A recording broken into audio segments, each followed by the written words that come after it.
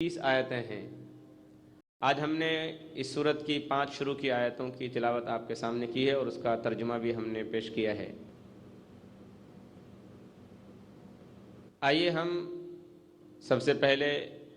اس صورت کو یہ نام کیوں دیا گیا اور یہ صورت کب نازل ہوئی اور اس میں کیا مضامین اور کون کون سی باتیں اللہ نے بیان کی ہیں اس پر روشنی ڈالتے ہیں۔ سب سے پہلی چیز یہ ہے کہ اس صورت کو سورۃ الفجر اس لیے کہا جاتا ہے کہ اس میں لفظ فجر آیا ہے اور اسی لفظ کو اس صورت کا نام قرار دیا گیا ہے۔ دوسرے نمبر پر دوسری بات یہ آتی ہے کہ یہ صورت کس زمانے میں نازل ہوئی۔ جب ہم اس صورت کی باتوں پر اور اس صورت کے مضامین پر اگر ہم غور کریں گے تو ہمیں پتہ چلے گا کہ یہ صورت مکے میں اس زمانے میں نازل ہوئی جب اسلام قبول کرنے والوں کے خلاف لوگوں نے ہر طرح کا ظلم اور ہر طرح کی زیادتی کو جائز قرار دے دیا تھا، یعنی ظلم کی چکی چلنا شروع ہو گئی تھی۔ اس موقع پر یہ صورت نازل ہوئی۔ اسی لیے آگے آپ دیکھیں گے کہ اللہ تبارک و تعالیٰ نے اس صورت کے اندر جو لوگ آخرت کا انکار کرتے ہیں ان کو عاد اور قوم سمود اور فرعون کے انجام سے ڈرایا ہے۔ تو اس صورت کا جو مضمون ہے بنیادی وہ ہے جزا اور سزا، یعنی انسان جو اچھے اعمال کرے گا اس کا بدلہ وہ پائے گا اور انسان جو برے اعمال کرے گا اس کی سزا اس کو ملے گی، اللہ اس کا پنشمنٹ اس کو دیں گے۔ آگے جو اس صورت میں مضامین اور جو باتیں بیان کی گئی ہیں اور ان لوگوں کو جو دھمکی دی گئی ہے جو حضور اکرم صلی اللہ علیہ وسلم کا انکار کرتے تھے، آخرت کا انکار کرتے تھے، اس کے لیے انسانی تاریخ کی 2-3 مثالیں بیان کی گئی ہیں۔ جیسا کہ میں نے ذکر کیا کہ اللہ نے اس سورہ پاک کے اندر قوم عاد اور قوم سمود اور فرعون کے انجام سے لوگوں کو ڈرایا ہے کہ دیکھو یہ دنیا کا نظام کوئی بحری اور اندھی طاقت نہیں چلا رہی ہے، بلکہ بہت بڑی ایک طاقت ہے جو پوری دنیا کے اوپر حکومت کر رہی ہے۔ تمہارے سامنے فلاں فلاں قوم کی مثالیں ہیں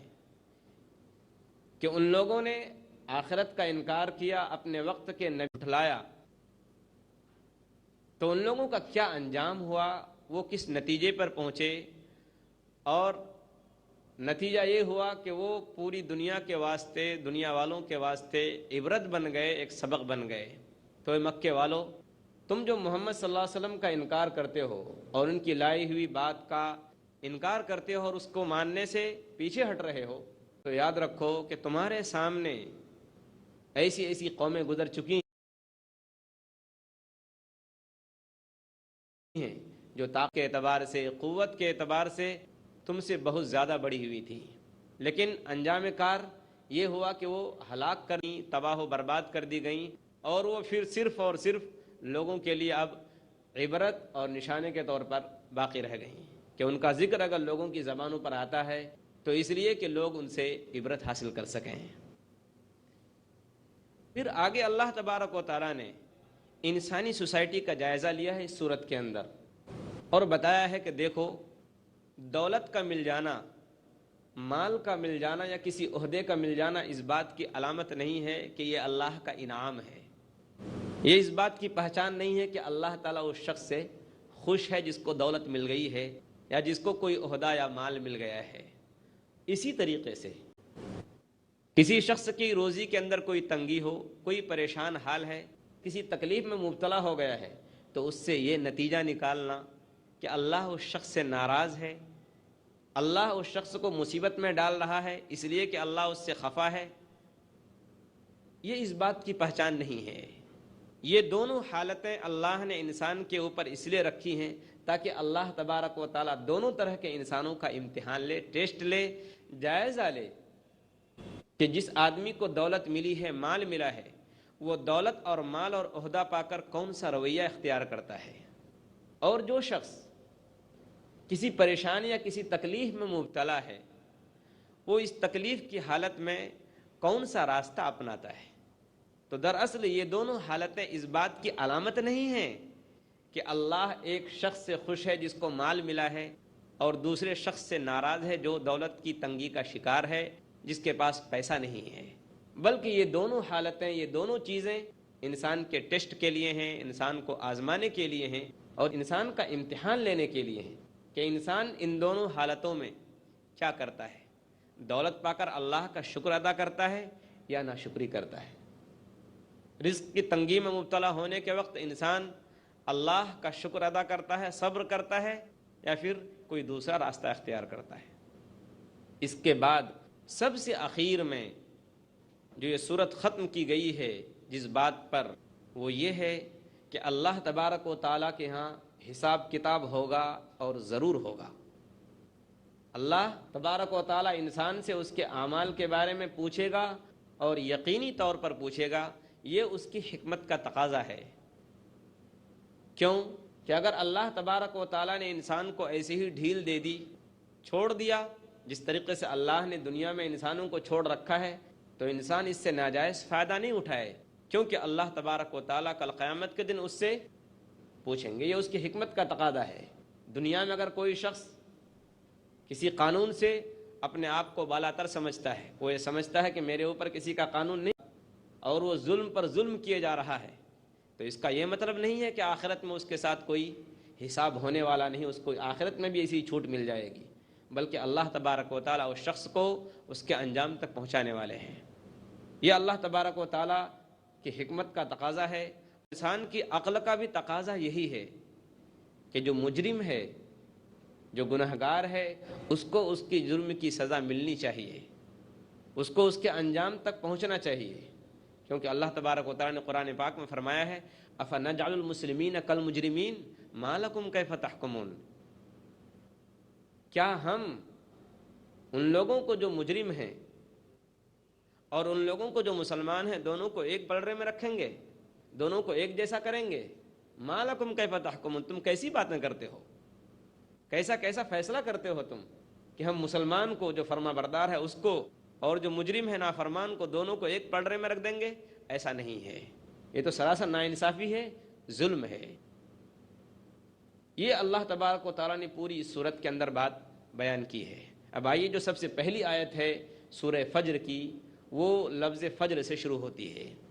والفجر، قسم ہے فجر کی۔ میں یہاں آپ کو آگے چلنے سے پہلے ایک بات بتا دوں کہ علماء تفسیر نے، جن لوگوں نے قرآن پاک کی تفسیریں لکھی ہیں، کامنٹری لکھی ہے، ان لوگوں کا کہنا یہ ہے کہ پورے قرآن پاک میں سب سے زیادہ پیچیدہ قسمیں اللہ نے یہیں کھائی ہیں، یعنی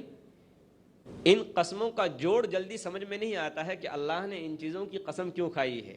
اللہ نے فجر کی قسم کھائی ہے، اللہ نے 10 رات کی قسم کھائی ہے، اللہ نے جوڑ اور بے جوڑ جو گنتی ہوتی ہے اس کی قسم کھائی ہے، اور اس کے ساتھ ساتھ اللہ نے رات کی قسم کھائی ہے۔ تو رات کی قسم کا ذکر آپ تو سن چکے ہیں، لیکن اس سے پہلی جو یہ 4 چیزیں ہیں، ان کی قسم کو جوڑنا کیا تعلق ہے، اللہ نے قسم کیوں کھائی ہے ان چیزوں کی، یہ بہت مشکل کام ہے۔ لیکن علماء تفسیر نے کوشش کی ہے اپنے علم، اپنی سمجھ کے حساب سے کہ اللہ نے ان چیزوں کی قسمیں کھا کر کس بات کی انسانوں کو اور لوگوں کو دعوت دی ہے۔ وہ انشاءاللہ سب سے پہلی چیز ان 5 چیزوں میں سے جس کی اللہ نے قسم کھائی ہے وہ فجر ہے، قسم ہے فجر کی۔ اللہ تبارک و تعالی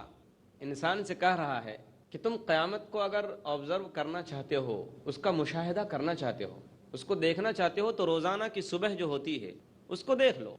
یہی منظر قیامت کا بھی ہوگا کہ تم اللہ کے سامنے اس طرح سے اٹھتے ہوئے آؤ گے گویا کہ بس سو رہے تھے اور ابھی آنکھ کھل گئی، جس طریقے سے روزانہ کی صبح تم کرتے ہو۔ تو گویا کہ اللہ تبارک و تعالیٰ نے یہاں انسان کو دوسرے معنی میں قیامت کی طرف متوجہ کیا ہے کہ والفجر، قسم ہے صبح کی۔ گویا کہ اللہ تبارک و تعالیٰ صبح کی قسم کھا کر، فجر کی قسم کھا کر انسان کو یہ باور کرانا چاہتے ہیں، یہ یقین دلانا چاہتے ہیں کہ قیامت کا آنا حق ہے، قیامت آ کر رہے گی۔ اسی لیے بعض علماء تفسیر فرماتے ہیں کہ یہاں قسم کی ابتدا اور شروعات جو فجر سے کی گئی ہے، تو اس کا مطلب یہ ہے کہ حضور اکرم صلی اللہ علیہ وسلم کے ساتھ کوئی بحث چل رہی تھی، کوئی بحث چل رہی تھی پہلے سے، جس کی بنیاد پر اللہ تعالیٰ کہہ رہے ہیں کہ دیکھو میں ان چیزوں کی قسم کھا کر کہہ رہا ہوں، محمد جو بات کہہ رہے ہیں صلی اللہ علیہ وسلم وہ بالکل درست ہے، حق ہے، اس کو جھٹلاؤ مت۔ تو فجر کا مطلب صبح کا وقت ہے، فجر کا مطلب صبح کا وقت ہے، اور اللہ تبارک و تعالیٰ نے انسان کو یہ بتایا ہے کہ دیکھو جو روزانہ کی صبح تم کو اس بات کی دعوت دیتی ہے کہ قیامت کی صبح بھی ایسے ہی ہوگی۔ اگر کوئی بات نہ ماننے کی ہو اور اس بات کو منوانے کے لیے ایک چیز کافی تھی، وہ کیا ہے؟ ہم جیسے اہل نظر کو ثبوت حق کے لیے صبح کی روشنی ہی کافی تھی، کہ اگر کوئی آدمی نہ ماننا چاہتا ہو کہ قیامت حق ہے، نہ مانتا ہو، تو اس کے لیے یہ بات تو کافی ہے کہ روزانہ کی صبح کو وہ دیکھتا ہے کہ اس کا ایک وقت مقرر ہے، تو قیامت کا وقت بھی ایک مقرر ہے، وہ بالکل آ کر رہے گی۔ بعض علماء تفسیر کہتے ہیں کہ فجر سے مراد ذی الحجہ کی جو 10ویں تاریخ ہوتی ہے، جس کو یوم النحر بولتے ہیں، قربانی کا دن، اس کی صبح کا وقت مراد ہے، اس کی صبح کا وقت مراد ہے۔ اور اللہ تبارک و تعالیٰ نے آگے جو بات کہی ہے، 10 راتوں کی قسم کھائی ہے، اور وہ 10 راتیں عام مفسرین کے نزدیک ذی الحجہ ہی کی ہیں، ذی الحجہ کی 10 راتوں کی اللہ نے قسم کھائی ہے۔ کیوں؟ اس لیے کہ مکہ والے حضور اکرم صلی اللہ علیہ وسلم کے آنے سے پہلے بھی حج کیا کرتے تھے، اپنے حساب سے، جو ان کا انداز تھا، جو ان کی ریت تھی، جو رواج تھا، اس حساب سے وہ جشن منایا کرتے تھے حج کے موقع پر، سالانہ ان کا ایک طرح کا جشن ہوتا تھا۔ تو بعض علماء تفسیر نے مکہ مکرمہ کے لوگوں کی سماجی اور تہذیبی زندگی کو اور ان کی سوسائٹی اور سماجی زندگی کو سامنے رکھ کر یہ ثابت کیا ہے کہ فجر سے مراد ذی الحجہ کی 10ویں تاریخ کی جو صبح کا وقت ہوتا ہے وہ مراد ہے، اللہ نے اس کی قسم کھائی ہے، اور مکے والوں کو گواہ بنایا ہے کہ اے مکے والوں، تم حج کے موقع پر حج کا جشن مناتے ہو، اور تم حج کے موقع پر اپنی سالانہ سال بھر کی آمدنی اور سال بھر کی تجارت اسی ایک مہینے کے اندر جمع کر لیتے ہو۔ تم خود سوچو کہ ہم نے تمہارے لیے یہ راتیں متعین کی ہیں اور یہ دن متعین کیا ہے جس میں تم حج کیا کرتے ہو اور فائدہ اٹھاتے ہو، تو کیا اس سے یہ بات سمجھ میں تم کو نہیں آتی ہے کہ میں ایک دن تم کو، جس طریقے سے تمہیں میں نے یہ دن دیا ہے جشن منانے کے لیے، ایک دن میں تم کو پوچھوں گا کہ تم نے کس طریقے سے جشن منایا، تم نے تجارت کیسے حاصل کی، اور تم نے پیسہ کیسے کمایا؟ کیا تمہارے سمجھ میں یہ بات نہیں آتی؟ بعض علماء حضرات نے یہ بات کہی ہے۔ اس کے بعد جو دوسری آیت ہے وہ یہ ہے وَلَيَالٍ عَشْرٍ، اور 10 راتوں کی قسم۔ اکثر مفسروں نے یہ بات کہی ہے کہ 10 راتوں سے مراد ذی الحجہ کا جو مہینہ ہے اس کے جو شروع کی 10 راتیں ہیں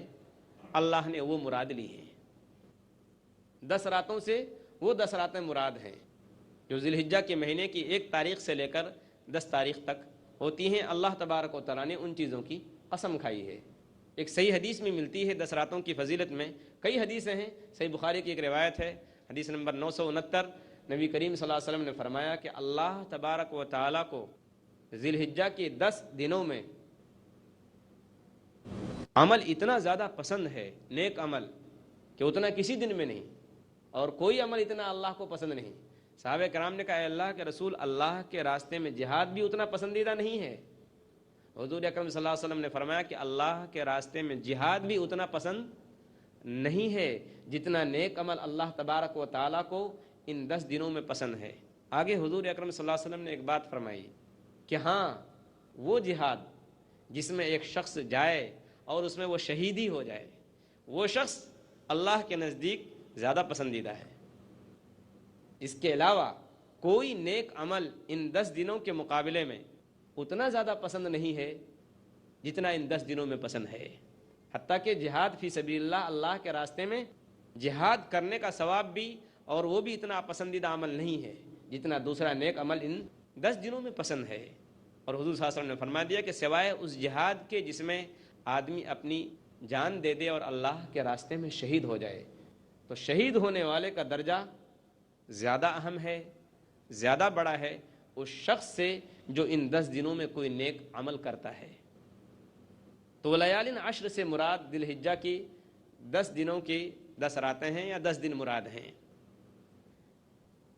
اس کے بعد جو تیسری آیت ہے وہ ہے والشفع والوتر۔ یہ سب سے مشکل آیت ہے اس صورت کے اندر، اور جفت اور طاق کی قسم۔ جفت کہتے ہیں ایسی گنتی کو جو 2 برابر کے حصوں میں تقسیم ہو سکے، جیسے 4، جیسے 6، جیسے 8، جیسے 10، 12، 14 وغیرہ۔ 2 برابر کے حصوں میں تقسیم ہو سکے اس کو جفت بولتے ہیں، اور طاق اس عدد کو بولتے ہیں، اس گنتی کو بولتے ہیں جو بے جوڑ ہو، جو تقسیم نہ ہو سکے برابر برابر، جب تک کہ اس کو توڑا نہ جائے،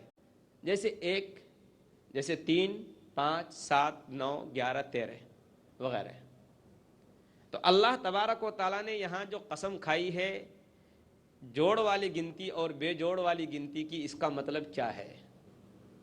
میں آپ کو مختصر طور پر بتاتا ہوں ایک بات، کہ علماء تفسیر نے اس کے بارے میں 36 باتیں نقل کی ہیں کہ اس سے 36 چیزیں مراد ہو سکتی ہیں۔ میں آپ کو 4-6 چیزیں بتاتا ہوں۔ آخر یہ بات کیوں پیش آئی کہ اللہ نے والشفع والوتر کہا، کہ جفت کی قسم اور طاق کی قسم، تو 36 باتیں کیوں پیش آئیں؟ علماء تفسیر نے 36 باتیں کیوں کہہ ڈالی؟ مطلب اصل یہ ہے کہ جن جن چیزوں کو جوڑا جوڑا دیکھا گیا اس کو شفع کہا گیا، اور جن جن چیزوں کو بے جوڑ دیکھا گیا اس کو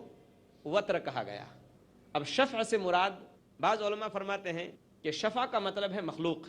کہ اللہ نے مخلوق کو جوڑا جوڑا بنایا ہے۔ چنانچہ اللہ تبارک و تعالیٰ نے سورہ ذاریات سورہ نمبر 51 آیت نمبر 49 کے اندر فرمایا ہے کہ وَمِن كُلِّ شَيْءٍ خَلَقْنَا زَوْجَيْنِ لَعَلَّكُمْ تَذَكَّرُونَ، ہم نے ہر چیز کا جوڑا بنایا ہے تاکہ تم نصیحت حاصل کرو۔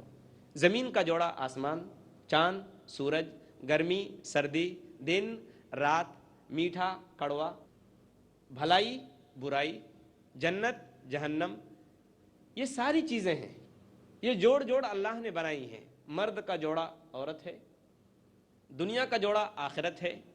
تو یہ ساری چیزیں جوڑ جوڑ اللہ نے بنائی ہیں۔ اللہ نے گویا کہ مخلوق کی قسم کھائی ہے، یہاں جو اللہ نے قسم کھائی ہے مخلوق کی قسم کھائی ہے، اور وتر اللہ ہے، اللہ کا کوئی جوڑ نہیں ہے۔ هو اللہ احد، وہ اللہ ایک ہے۔ گویا کہ اللہ نے اپنی قسم کھائی ہے اور مخلوق کی قسم کھائی ہے کہ اے لوگو سنو، میں تم کو گواہ بنا رہا ہوں، اور میں اپنی ذات کو گواہ بنا کر کہتا ہوں کہ قیامت آئے گی۔ یہ ہے شفع کا مطلب۔ بعض علماء تفسیر فرماتے ہیں کہ جسم کے جو اعضاء، جو پارٹس ڈبل ہیں، جیسے 2 ہاتھ، 2 آنکھیں، 2 پیر، یہ شفع ہیں، اور جو جسم کے جو اعضاء، جو پارٹس سنگل ہیں، ایک ایک ہیں، وہ وتر ہیں۔ گویا کہ اللہ تبارک و تعالیٰ انسان کے جسموں کو گواہ بنا رہا ہے، ان حصوں کو بھی جو 2 کی تعداد میں ہیں، اور ان حصوں کو بھی جو ایک ہے، جیسے زبان ایک ہے، زبان انسان کے پاس ایک ہے، دل ایک ہے، اللہ ان چیزوں کو گواہ بنا رہے ہیں۔ والشفع والوتر، اور قسم ہے انسانی جسموں کی جو 2 کی تعداد میں ہیں، جو 2 ہیں، اور ان اعضاء کی بھی جو ایک ایک ہیں۔ بعض علماء فرماتے ہیں کہ شفع سے مراد ذی الحجہ کی 10 تاریخ ہے، کیونکہ وہ 10 ہے، جوڑ والی گنتی ہے، اور وتر سے مراد ذی الحجہ کی 9 تاریخ ہے جو عرفہ کا دن ہے، وہ بے جوڑ ہے۔ بعض علماء فرماتے ہیں کہ شفع کا مطلب ہے حضرت موسیٰ علیہ السلام نے اپنی قوم کے لیے جب پانی کی درخواست کی تھی، جس کا ذکر اللہ نے سورہ بقرہ سورہ نمبر 2 آیت نمبر 60 کے اندر کیا ہے، وَإِذِ اسْتَسْقَىٰ مُوسَىٰ لِقَوْمِهِ فَقُلْنَا اضْرِب بِّعَصَاكَ الْحَجَرَ فَانفَجَرَتْ مِنْهُ اثْنَتَا عَشْرَةَ عَيْنًا، کہ اس وقت کو یاد کرو جب موسیٰ علیہ السلام اپنی قوم کے لیے پانی کی دعا کر رہے تھے، تو ہم نے موسیٰ سے کہا کہ اپنی لاٹھی کو مارو، سمندر پہ مارو، فَانفَجَرَتْ مِنْهُ اثْنَتَا عَشْرَةَ عَيْنًا، تو اس سے 12 چشمے پھوٹ نکلے۔ تو یہ 12 جوڑ ہے، اس کی طرف اشارہ ہے۔ لوگوں سنو، میں نے اپنی طاقت سے سمندر کے اندر 12 چشمے جاری کر دیے، پتھر کے اندر سے 12 چشمے میں نے جاری کر دیے، یہ میری طاقت ہے اور میری قوت ہے، اس کو تو سمجھو کہ میں کتنا بڑی طاقت والا ہوں۔ اللہ نے اس کی طرف اشارہ کیا ہے. اور وطر سے مراد حضرت موسیٰ علیہ السلام کو جو اللہ نے 9 معجزے دیے تھے, میراکل سے دیے تھے 9, اس کی طرف اشارہ ہے, جس کا ذکر اللہ نے سورہ اسراء سورہ نمبر 17 آیت نمبر 101 کے اندر کیا ہے. وَلَقَدْ آتَيْنَا مُوسَىٰ 9 آیات بینات, کہ ہم نے موسیٰ علیہ السلام کو 9 نشانیاں دی تھیں, 9 معجزے دیے تھے, اس کی طرف اشارہ ہے. اور یہ وطر ہے, 9 کا جو عدد ہے, 9 کی جو گنتی ہے, بے جوڑ ہے. بعض علماء فرماتے ہیں کہ شفع سے مراد جنت کے 8 دروازے ہیں, جنت کے 8 دروازے ہیں جس کا ذکر حدیثوں میں ملتا ہے, اور جہنم کے 7 دروازے ہیں, یہ وطر کے اندر داخل ہے جو بے جوڑ ہے. تو قصہ مختصر یہ ہے کہ جن جن چیزوں کو جوڑ کی شکل میں دیکھا گیا اس کو کہہ دیا گیا کہ یہ شفا کے اندر داخل ہے, اور جن جن چیزوں کو بے جوڑ دیکھا گیا علماء تفسیر نے کہہ دیا کہ یہ چیز وطر کے اندر داخل ہے. خلاصہ کلام یہ ہے کہ اللہ تبارک و تعالیٰ نے اپنی ذات کی قسم کھائی ہے اور پوری مخلوقات کی قسم کھا کر انسان کو گواہ بنایا ہے کہ دیکھو میں تمہارے اعمال کی نگرانی کر رہا ہوں. آگے اللہ نے اس بات کو بتایا ہے. میں اسی پر اپنی بات ختم کرتا ہوں. وآخر دعوانا ان الحمدللہ رب العالمین.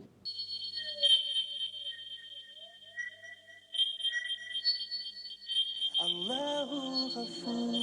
اللہ رحیم اللہ يحب المحسنین وخالقنا ورازقنا وهو